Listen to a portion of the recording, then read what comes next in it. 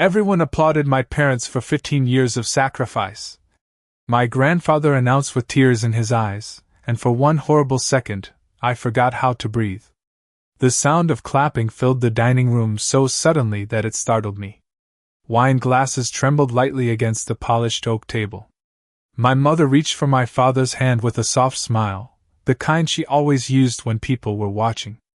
Across from them, my grandmother Evelyn lowered her eyes to her plate and adjusted the folded napkin in her lap like she needed something small to hold onto. Nobody seemed to notice her. I did. I'm glad you're here.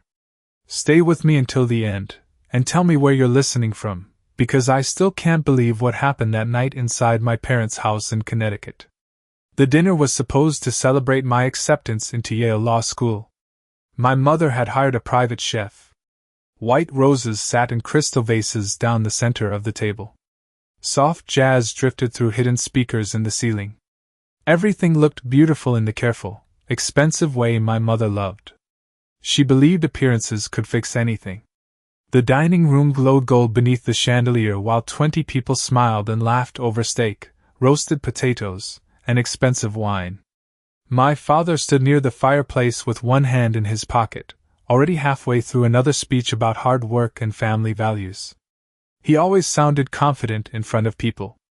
Calm. Admired. But that night, every word out of his mouth felt strange to me, like I was hearing someone else's memories instead of my own. People see Sophie getting into Yale, he said proudly, lifting his glass toward me. But they don't see the sacrifices behind it. 15 years of sacrifice. Everyone nodded immediately. My aunt dabbed her eyes with a napkin. Someone murmured, "You too should be proud."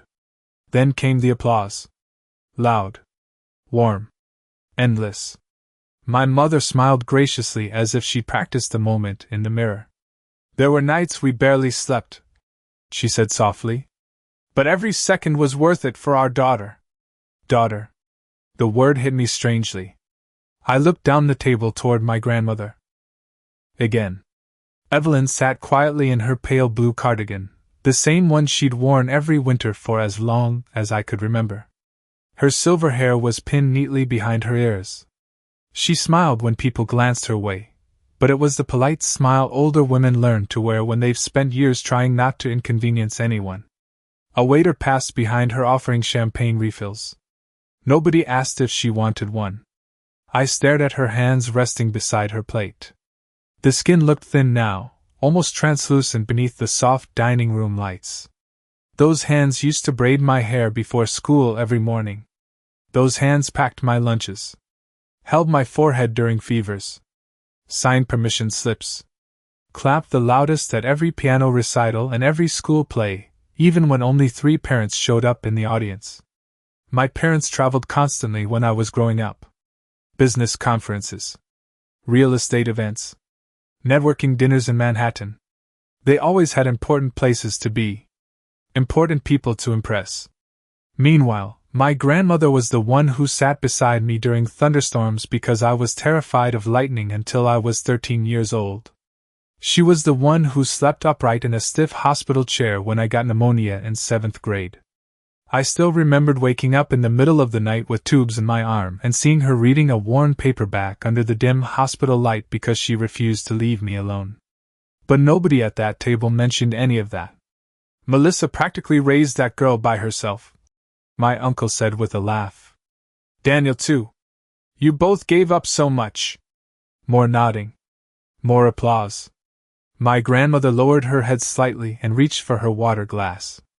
I noticed her fingers trembling just enough to make the ice clink softly against the sides. My chest tightened. Suddenly the room felt too warm. Too crowded. The laughter around me sounded distant, muffled beneath the rushing noise building inside my ears. Because the truth was, my grandmother had raised me. Not partially. Not occasionally. Completely. By the time I was 8, I spent more nights in her house than my parents. By 10, I knew exactly which floorboards creaked in her hallway and which cabinet held the cinnamon cookies she baked every Sunday after church.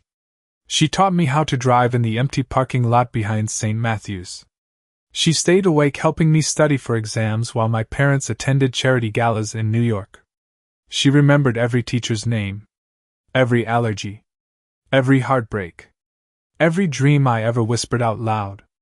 And somehow, over the years, the story had changed. Slowly. Quietly. Like ink spreading through water. My parents became the heroes. My grandmother became invisible. I looked around the table again, searching for someone else who noticed it. Anyone. But people were too busy complimenting the meal and praising my parents. My mother leaned against my father's shoulder while guests admired their dedication. Across the room, a photographer snapped another picture of the happy family. Right at that moment, my grandmother looked up and caught me staring at her. She smiled immediately. Small. Gentle. Almost apologetic. Then she mouthed 4 words I will never forget for the rest of my life. "It's okay, sweetheart." Really. But it wasn't okay. And deep down, I think that was the exact moment everything inside me started to break.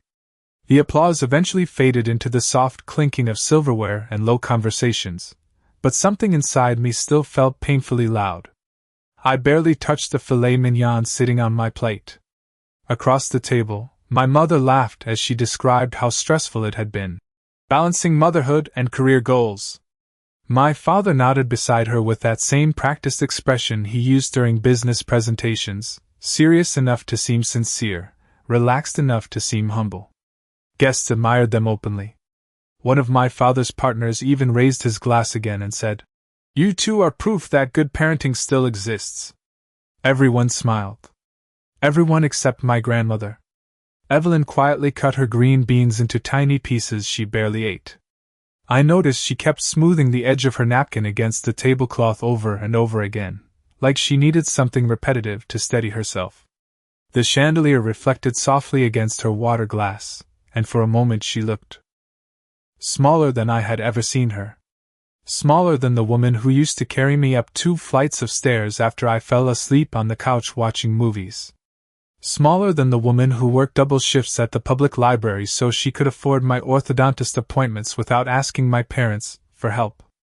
Nobody around that table remembered those things anymore.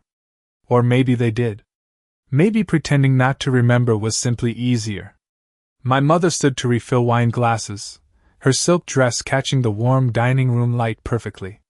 She always knew how to move through a room gracefully when people were watching. "Sophie was such a difficult child sometimes," she said jokingly. "I cannot tell you how many nights Daniel and I stayed awake worrying about her future." A few guests laughed sympathetically. My father squeezed her hand. I felt something cold settle into my stomach. Difficult child.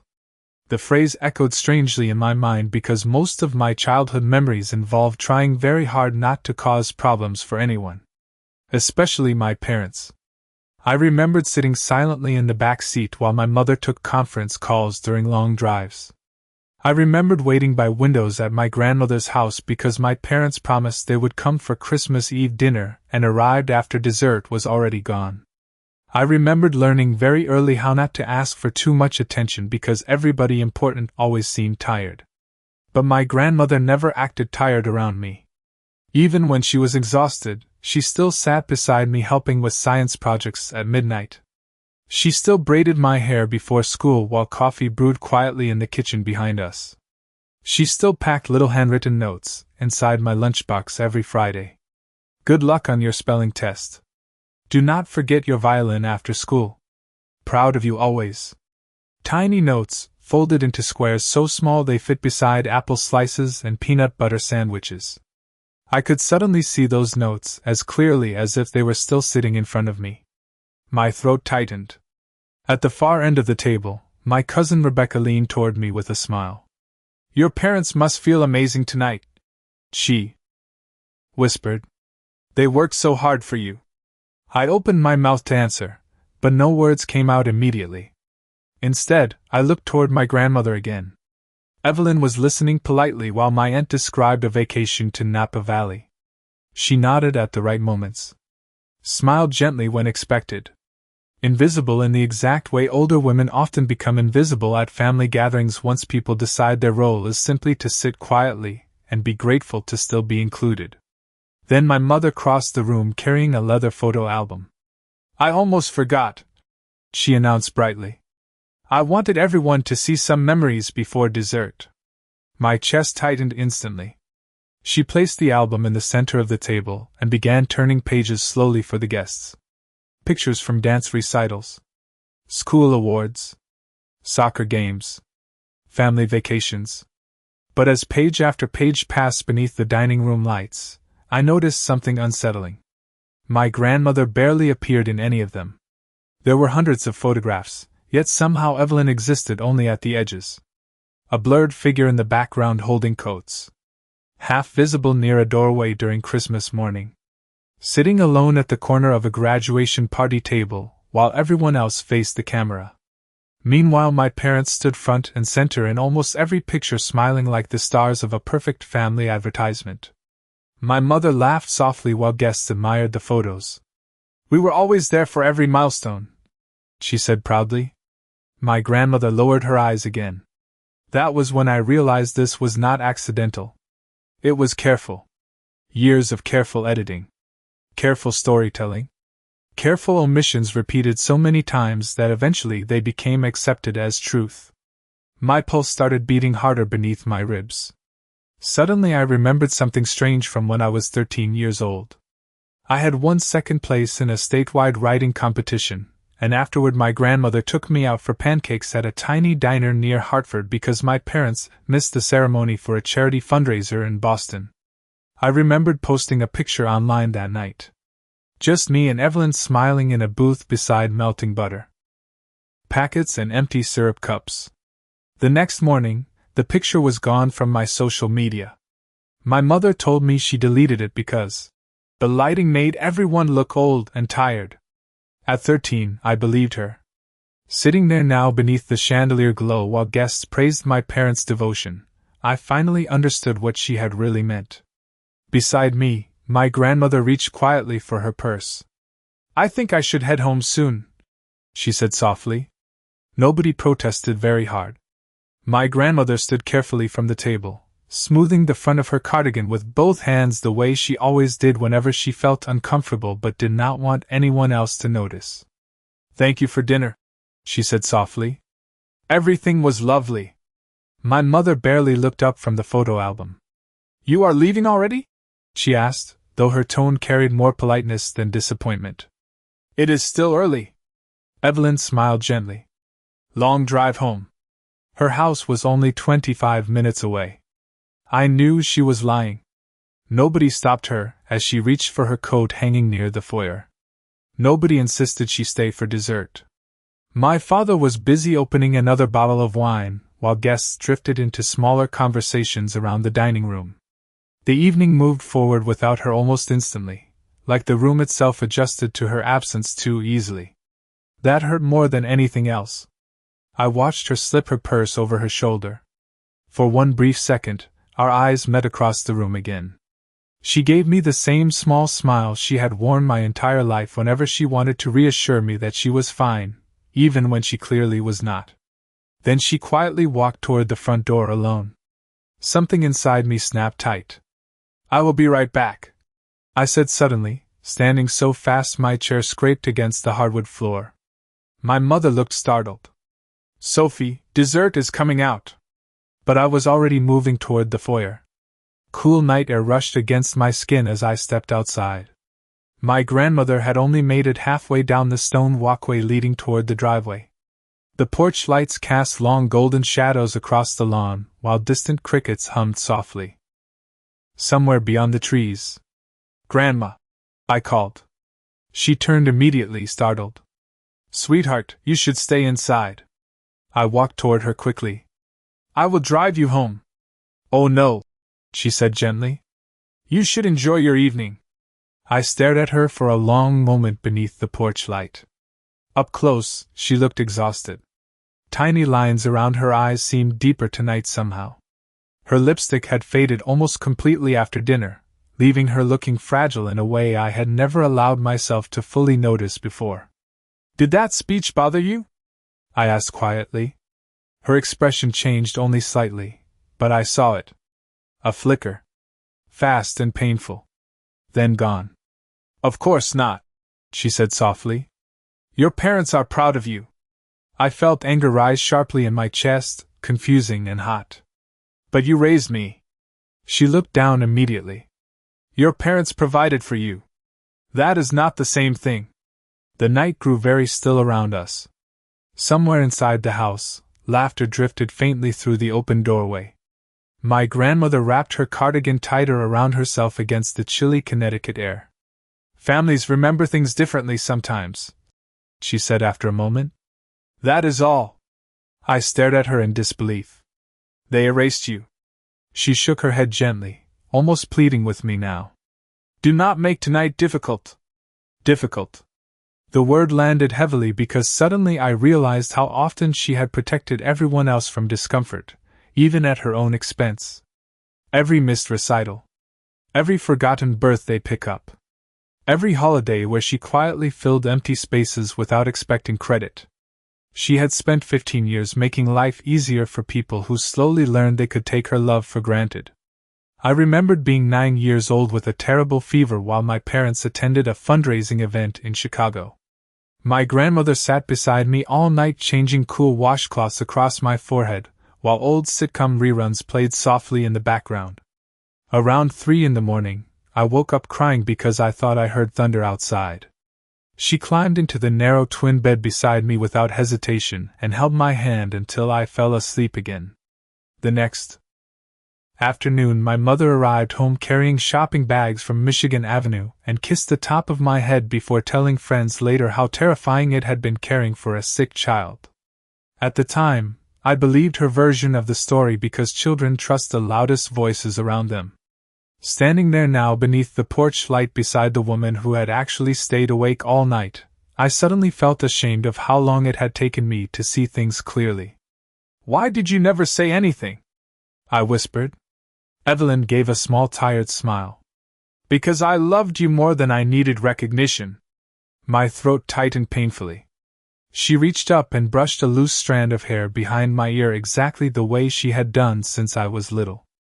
Your parents wanted to believe they were good parents, she continued softly. And maybe in their own way, they tried. People protect the stories that make them feel comfortable about themselves. I could feel tears threatening behind my eyes, but I forced them back. My grandmother hated scenes. Hated emotional spectacles. You should not have sat there listening to all of that, I said quietly. She looked back toward the glowing windows of the dining room. At my age, sweetheart, you learn something important. The truth does not disappear just because people stop saying it out loud. Then she smiled again. Small. Calm. Heartbreaking. But sometimes, she added softly, it becomes very lonely. After my grandmother drove away, I stayed outside alone for several minutes pretending to check messages on my phone because I could not bring myself to walk back into that dining room immediately. Cold air moved softly through the maple trees lining the driveway, carrying the faint smell of rain somewhere far off beyond the neighborhood. Inside the house, warm yellow light glowed through the tall windows while silhouettes moved comfortably behind the curtains. My family looked beautiful from the outside. Perfect even.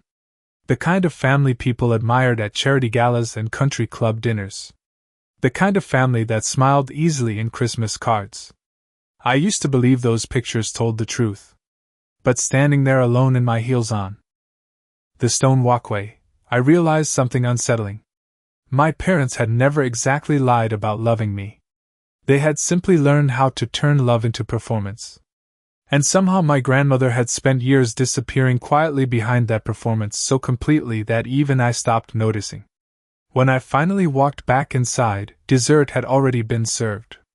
My mother stood near the kitchen island arranging tiny lemon tarts onto porcelain plates while guests complimented the catering. The soft sound of Frank Sinatra drifted through the ceiling speakers. Nobody asked where my grandmother went. Not immediately.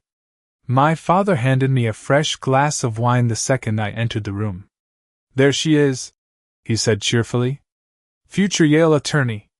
People smiled again. Someone joked about me becoming rich enough to retire my parents one day. My mother laughed loudly at that. After everything we invested in her, she said, she owes us. The room chuckled politely. I forced a smile because suddenly I understood why my grandmother stayed silent all those years.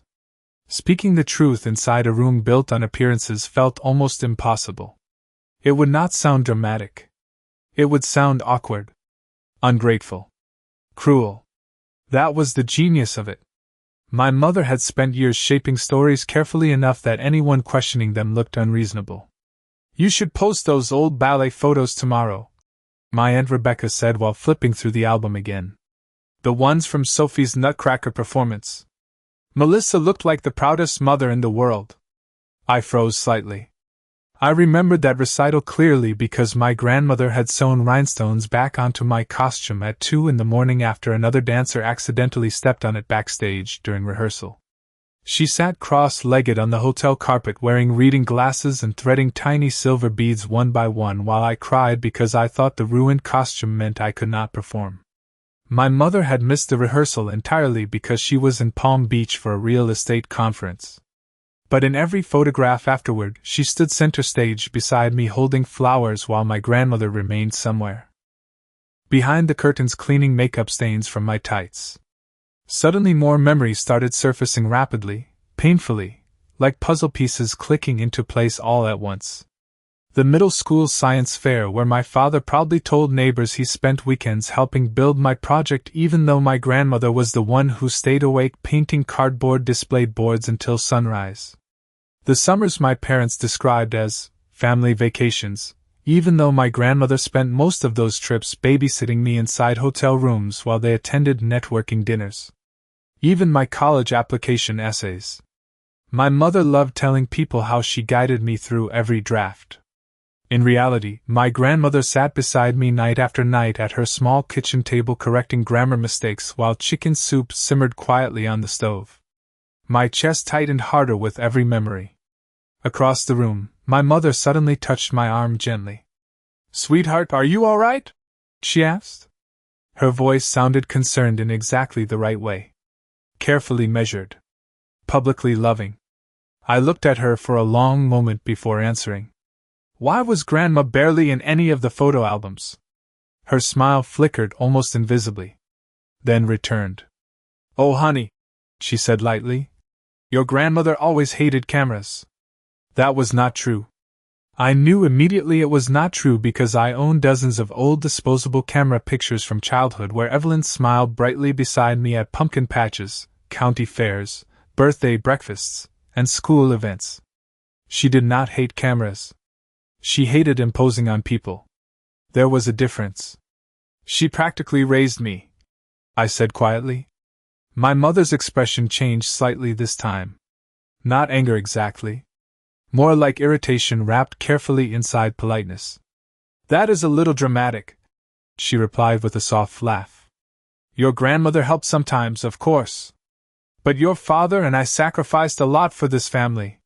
Sacrificed. The words sounded strange now. Hollow. Rehearsed. My father stepped beside her then, immediately sensing tension the way he always did at social gatherings. "What is going on?" he asked calmly. "Nothing," my mother answered. Before I could speak. "Sophie is emotional tonight." Emotional. Another small word used to shrink uncomfortable truths into overreactions. I looked around the room slowly. Crystal glasses. White roses. Expensive smiles. Every single thing arranged perfectly. And right then, for the first time in my life, I realized my grandmother had not disappeared accidentally from our family story. She had been edited out little by little until everybody became comfortable pretending she was only a supporting character in a life she quietly held together. The dinner finally ended a little after 11. Guests hugged my parents near the front door while promising to visit New Haven during football season once I started classes at Yale. My mother stood beneath the chandelier accepting compliments like flowers. Beautiful home. Beautiful daughter. Beautiful family. She glowed under praise the way some people glow under sunlight. My father opened expensive bourbon for the last few guests while smooth jazz continued drifting quietly through the house. I helped carry empty dessert plates into the kitchen mostly to avoid conversation. My mind still felt tangled and heavy from everything I had started noticing that evening. The kitchen smelled faintly of lemon frosting and coffee. My mother carefully wrapped leftover pastries into glass containers while humming softly under her breath.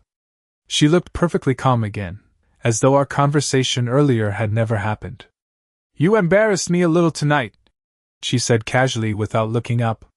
Her voice remained light, almost playful. I stood still beside the sink holding 2 empty champagne glasses. "How?" questioning family stories in front of guests. She sealed another container neatly. People were beginning to notice tension. Tension. Not truth. Not pain. Just tension. My father walked into the kitchen loosening his tie. "Your mother worked very hard planning tonight," he said gently. "You should not ruin it over misunderstandings." I stared at him. "Do either of you honestly believe Grandma only helped sometimes?" Silence settled briefly across the kitchen. My mother placed another plate into the refrigerator before finally turning toward me.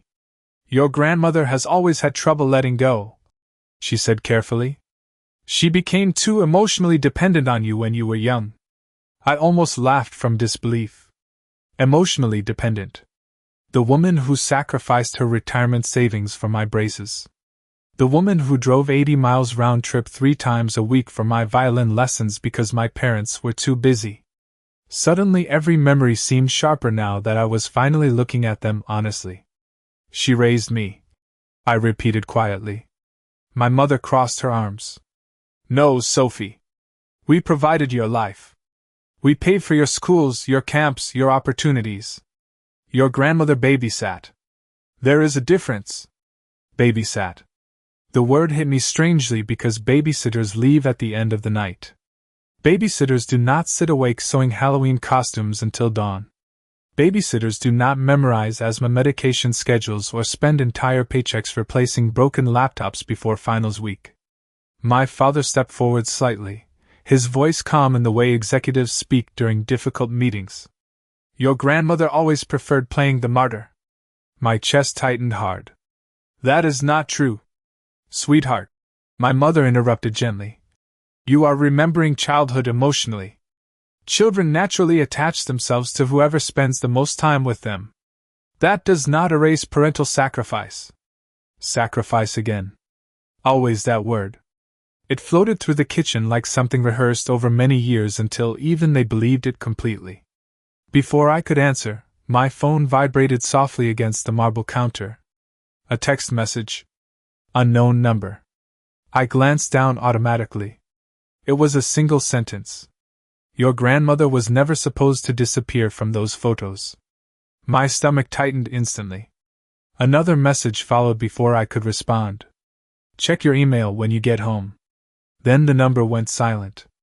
I stared at the screen while cold uneasiness spread slowly through my chest. "Who is texting this late?" my mother asked casually. "Nobody." I slipped the phone into my purse immediately. Something about those messages unsettled me deeply, though I could not explain why yet. My father moved toward the dishwasher while my mother dimmed the kitchen lights. Their movements looked practiced together. Efficient. Controlled. For years I mistook that control for stability. Now it felt different somehow. Like watching actors remain in character after the audience stopped paying attention. "You are overwhelmed tonight," my mother said softly, stepping closer. She reached up and smoothed my hair behind my ear exactly the way my grandmother used to. The similarity startled me. "Starting Yale is emotional. Big transitions make people nostalgic." Nostalgic. Another careful word. Smaller than abandonment. Smaller than erasure. My mother always knew how to rename things until they sounded harmless. "I think I am finally remembering things correctly," I said quietly. Her hand paused for half a second before falling away. Just enough hesitation for me to notice. My father sighed softly.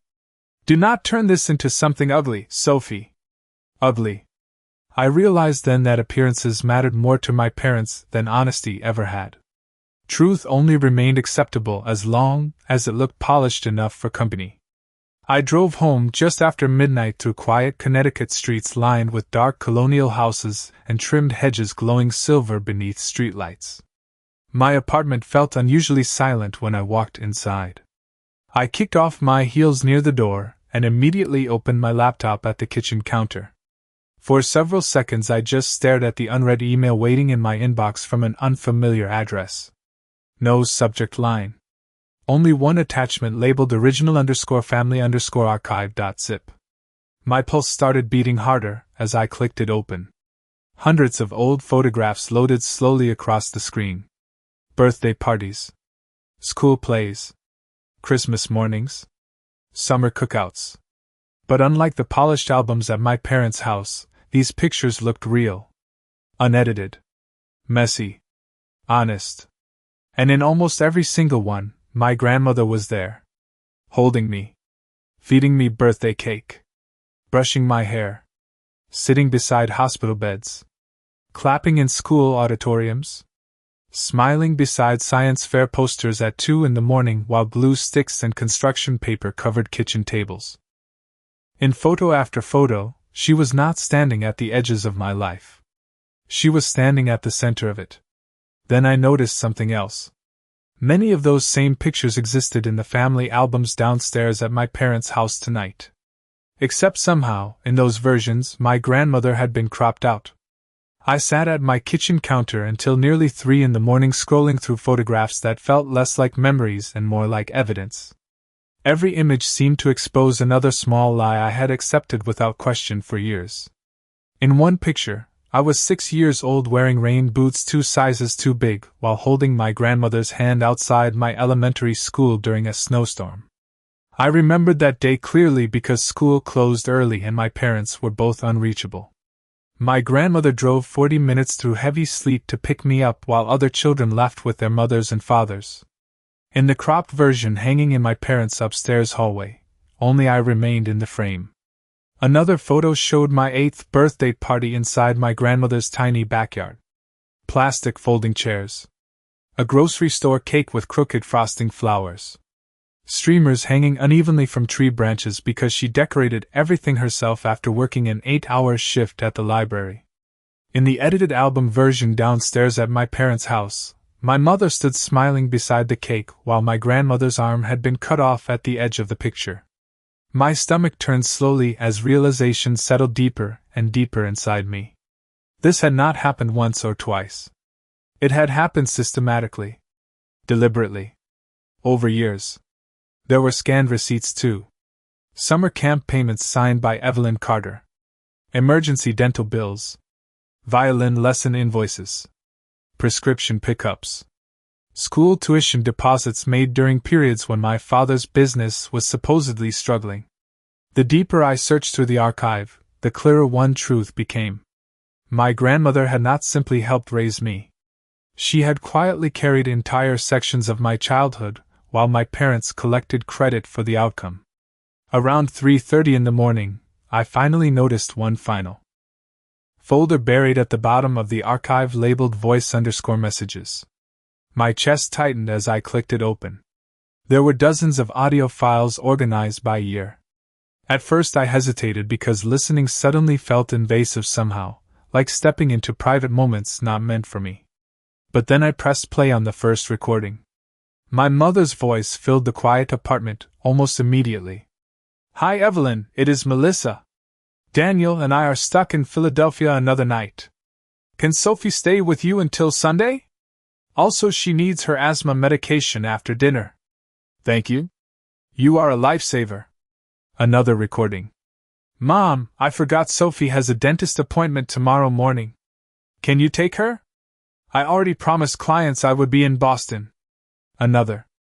"Evelyn, thank God you answered.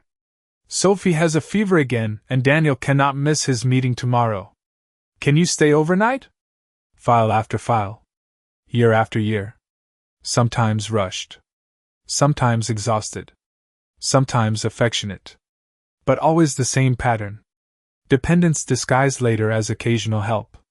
I leaned back slowly in my chair while dawn began turning the apartment windows pale gray. Suddenly I understood why my grandmother saved everything. Not because she wanted revenge. Because deep down, some part of her new memory could be rewritten if nobody protected it. Tears finally slipped down my face then. Quietly. Exhaustedly.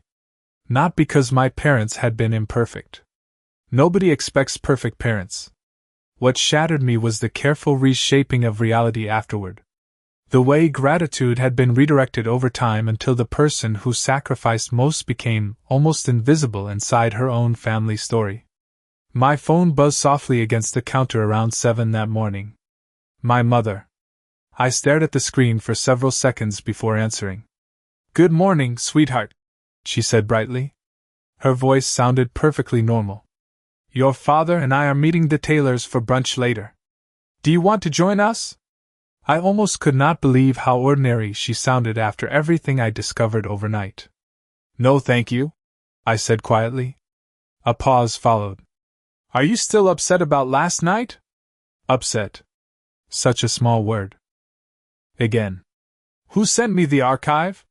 Silence stretched briefly between us. "What archive?"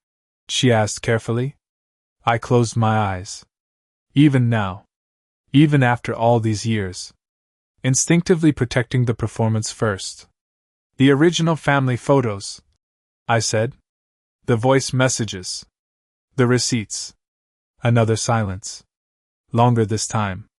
Then my mother sighed softly into the phone. "Sophie, your grandmother has always struggled with boundaries." I almost laughed from disbelief. "Boundaries? She became overly attached to you," my mother continued carefully. "Your father and I allowed too much dependence because we were busy building stability for the family." Stability. Dependence. Boundaries. Every uncomfortable truth wrapped inside professional-sounding language until it lost all emotional weight. "You cropped her out of photographs," I whispered. My mother inhaled sharply. "Do not be dramatic." Dramatic. There it was again. That word people use when truth becomes inconvenient. "Why?" I asked quietly. For the first time in my life, my mother sounded tired instead of polished. "Because people started assuming she was your mother," she said softly. "And frankly, after everything your father and I worked for, it was humiliating."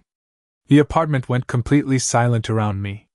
I stared out the window at the pale Connecticut morning while something cold settled permanently inside my chest. Not rage. Not shock anymore. Just clarity. My parents had not erased my grandmother because they hated her. They erased her because her presence exposed something they could never fully control. The truth. For the next 3 days, I could not stop thinking about my mother's voice on the phone. Because people started assuming she was your mother. Frankly, after everything your father and I worked for, it was humiliating. I replayed the sentence over and over while walking through my apartment, while brushing my teeth, while trying unsuccessfully to sleep at night.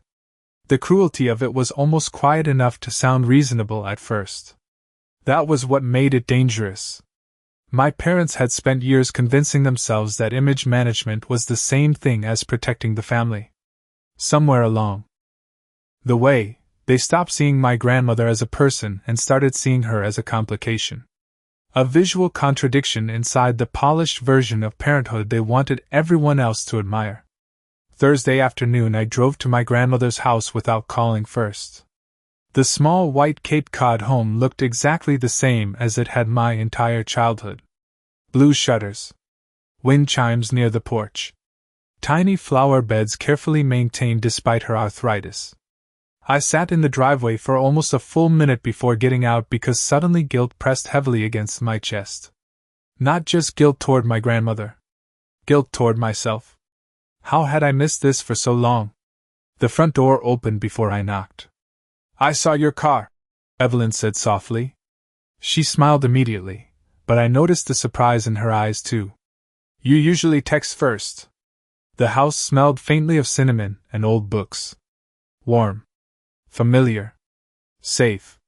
Everything inside looked smaller now than it did when I was little, but somehow more honest too. Framed photographs covered the hallway walls. Real photographs.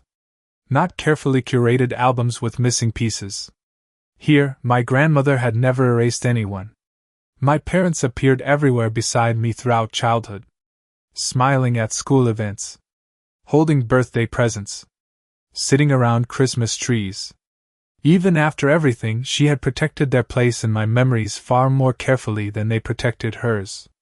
That realization hurt almost physically. "You want tea?" she asked gently. I nodded. We sat together at the kitchen table, while late afternoon sunlight stretched softly across the faded linoleum floor. The same table where she helped me memorize state capitals. The same table where she stayed up until 1 in the morning quizzing me before chemistry finals. She moved slowly now while preparing tea, favoring her left knee slightly. I hated that I had never really noticed signs of aging before. It was as though I spent years assuming she would always remain exactly the same while everyone else's lives moved forward. "You should not have saved all those files alone," I said quietly once we sat down. Her hands paused around the tea mug. "So you listened to them. Why did you keep everything?" Evelyn stared down at the steam rising from her cup for several seconds before answering. "At first, I did not even realize I was keeping records," she said softly. "You know librarians. We save things." A faint smile crossed her face, then faded. But over time, I started noticing stories changing. I stayed silent. "Little things at first," she continued. "Melissa telling people she attended your school concerts when she missed most of them. Daniel talking about helping with your science projects when he was traveling half the time. Family friends repeating stories that sounded almost right except for the parts where I existed." Her voice never sounded bitter. That somehow made it worse. "Why did you never confront them?" I asked.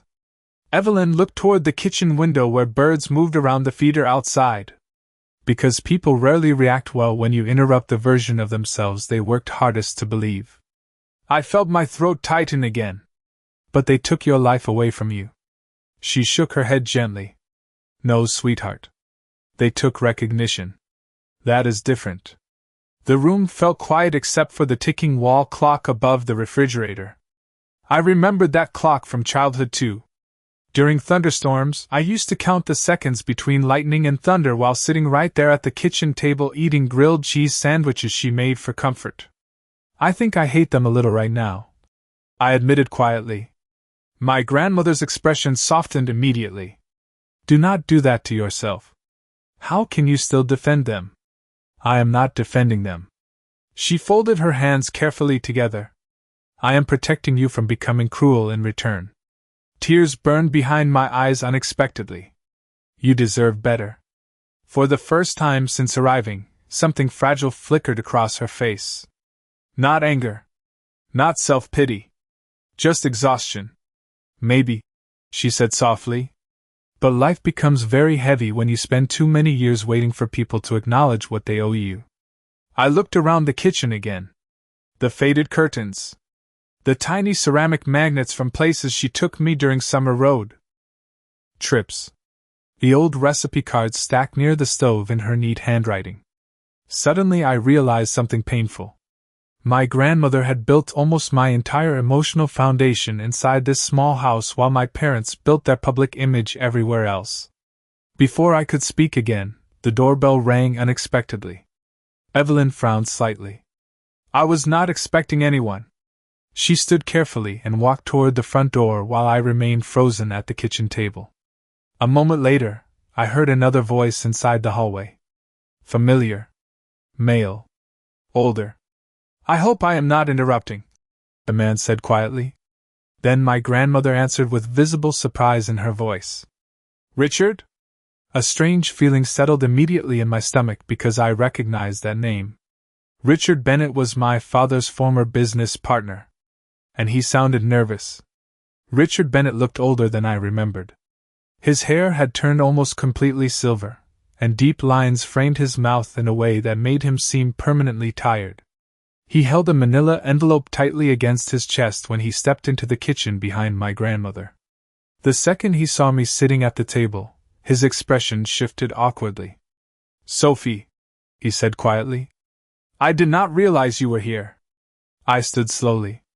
Richard used to come to our house for Christmas parties when I was little. I remembered him laughing loudly beside my father near fireplaces and backyard grills. Then suddenly, about 8 years ago, he disappeared from our lives completely. My father only ever said they went in different directions professionally. Looking at him now, I realized there had been much more to the story. My grandmother motioned gently toward the table. "Sit down, Richard." He hesitated before lowering himself carefully into the chair across from me. The envelope never left his hands. "I almost did not come," he admitted softly. "But after the dinner party the other night, I figured Sophie deserved to know everything."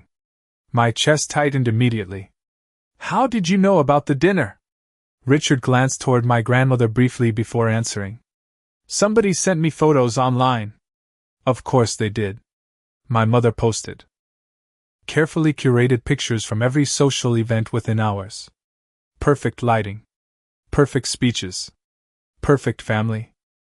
"I saw Daniel's toast," Richard continued quietly. 15 years of sacrifice. He let out a tired breath through his nose. "That was hard to watch." My grandmother looked uncomfortable instantly. "Richard."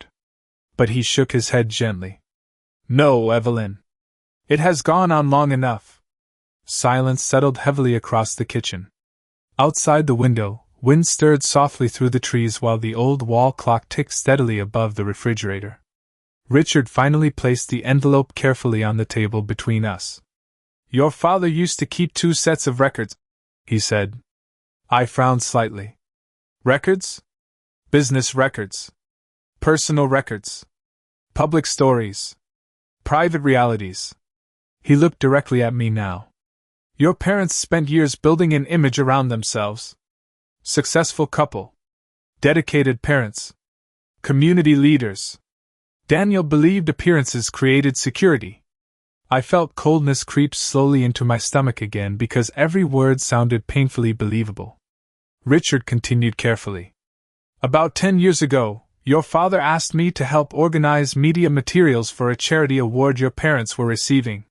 He gave a humorless smile. "Outstanding family leadership or something equally polished." My grandmother lowered her eyes immediately. "Richard," she said softly again, almost pleading now. But he continued anyway. "There were photographs involved. Interviews. Community profiles. And I noticed something strange." He slid the envelope toward me slowly. Inside were printed photographs. Originals. My hands trembled slightly as I pulled the first one free. It showed me at age 11 standing beside a spelling bee trophy while my grandmother hugged me proudly. Another photo showed Evelyn asleep upright in a hospital chair beside my bed while I smiled weakly toward the camera with an oxygen tube under my nose. Another. Piano recitals. Science fairs. School breakfasts.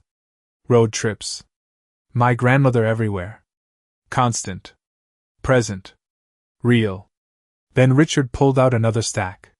The edited versions. My breath caught sharply.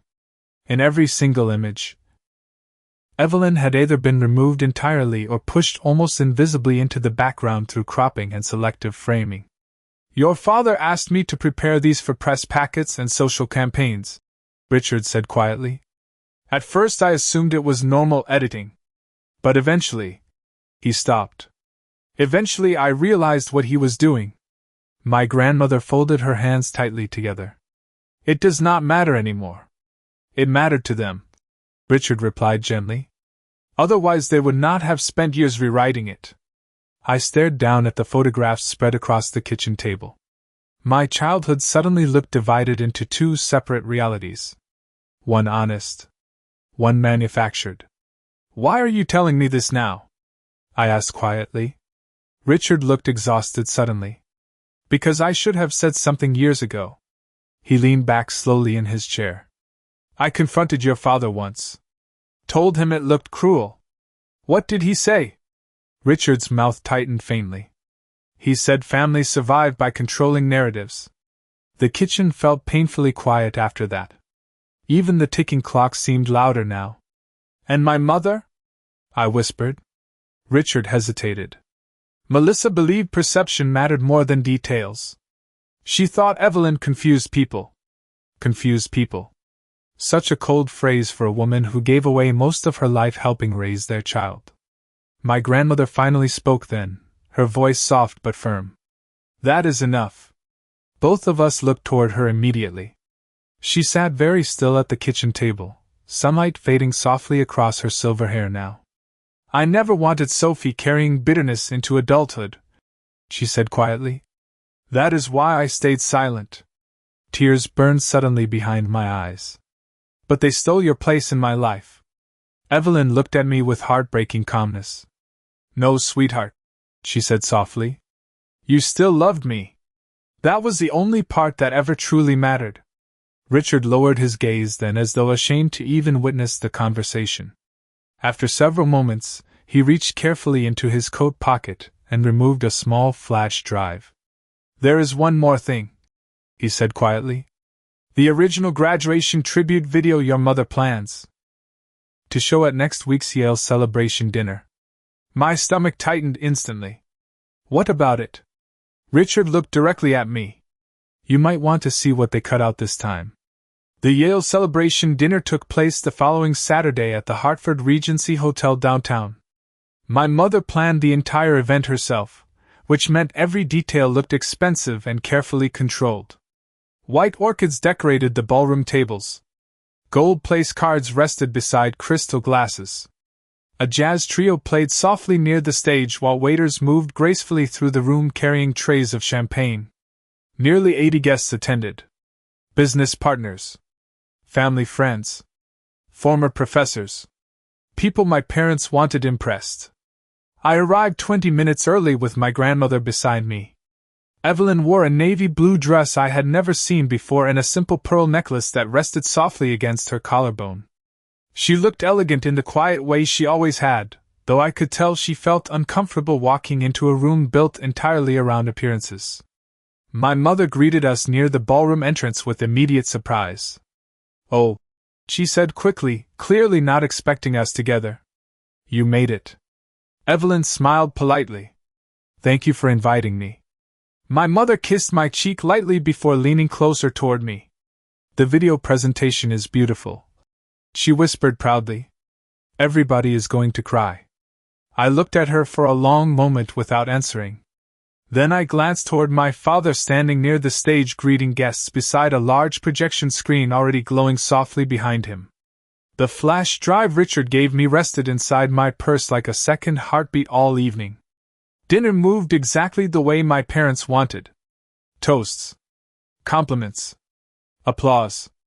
Guests praised my acceptance into Yale while my parents accepted admiration almost as naturally as breathing. Melissa and Daniel devoted their entire lives to that girl.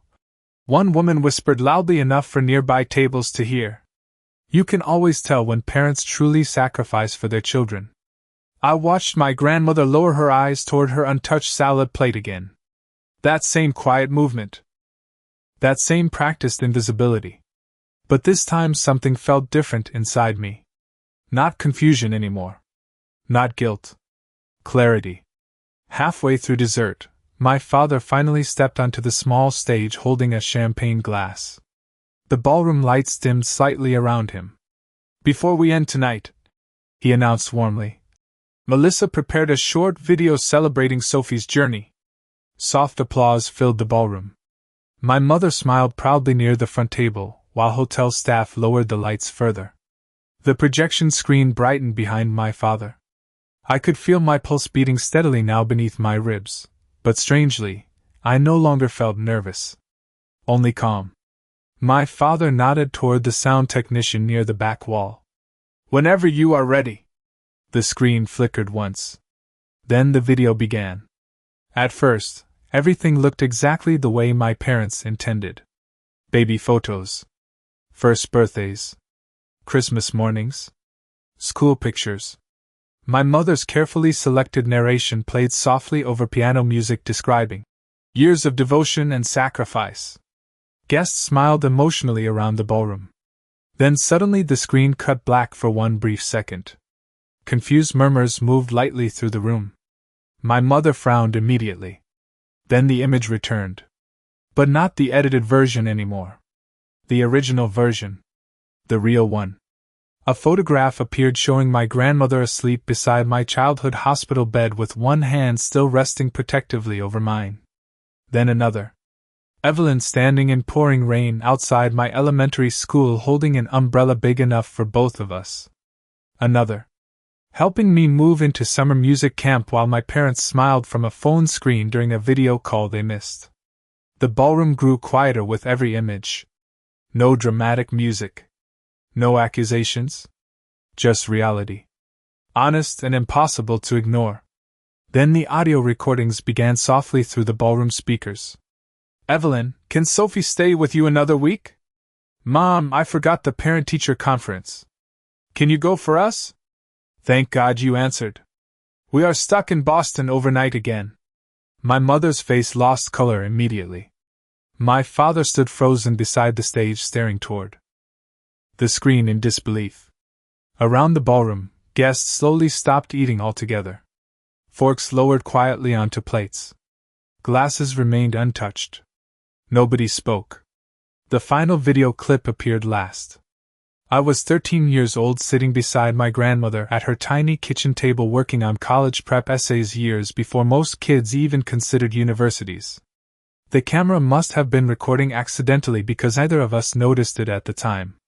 Do you think my parents are proud of me? Younger me asked quietly in the video. My grandmother smiled gently without looking up from the papers she was organizing. Very proud. But you are the one always here, I whispered. Evelyn stopped moving for one small moment. Then she reached over and squeezed my hand softly. That is all right, sweetheart, she said. Some people love loudly. Some people love consistently. The screen faded black after that. Silence filled the ballroom completely. Thick. Uncomfortable. Honest. My mother looked horrified not because anyone screamed at her, but because nobody did. Guests simply sat there absorbing the truth quietly piece by piece. My father slowly lowered his champagne glass onto the podium without speaking. I stood carefully from my chair then and turned toward my grandmother. Evelyn looked overwhelmed now, almost frightened by so many people finally seeing her clearly all at once.